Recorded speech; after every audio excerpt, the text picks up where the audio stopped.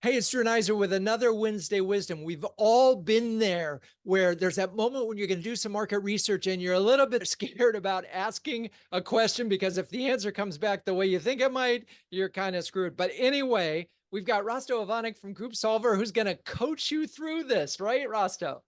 I am, and I'm going to tell you not to be afraid, to be curious, and ask the questions that maybe in the back of your mind you don't want to know the answers to, because those are the questions you really should be asking. And so I would very much encourage you, before you spend big money on market research, be curious, ask the why, what, how questions, and then listen. And again, this is quantitative before qualitative, right? We're talking to customers, we're getting them involved, we're letting them, helping them share their brilliance. So in most cases, customers are willing to do that, right?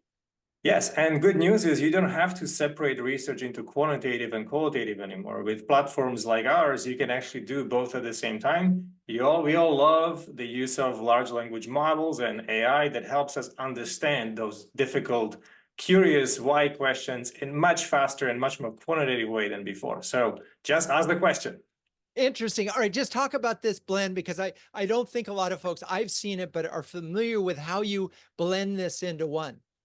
It's very simple. We have been working on developing the methodology that we take the answers to that why question, the typical qual questions, and with the help of large language models, we can very quickly identify from those answers what are the actually building blocks. And when you ask that open questions of many people, you can start seeing where those building blocks start repeating themselves, and now you start understanding in a at scale level what those answers to those why questions might be.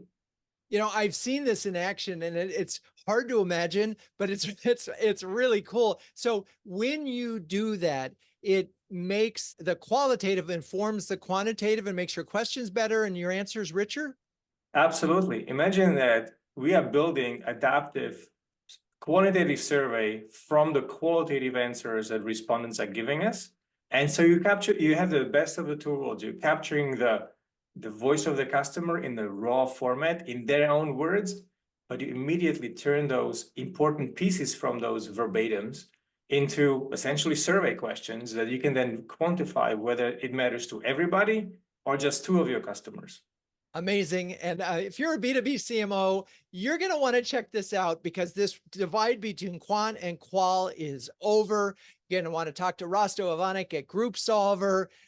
We have all sorts of partners at CMO Huddles. If you're a B2B CMO who can share, care, and dare with the best of them, do yourself a favor. Check out CMOHuddles.com. We even have a free starter program. I'm Drew Neiser. That's your Wednesday Wisdom. Peace out.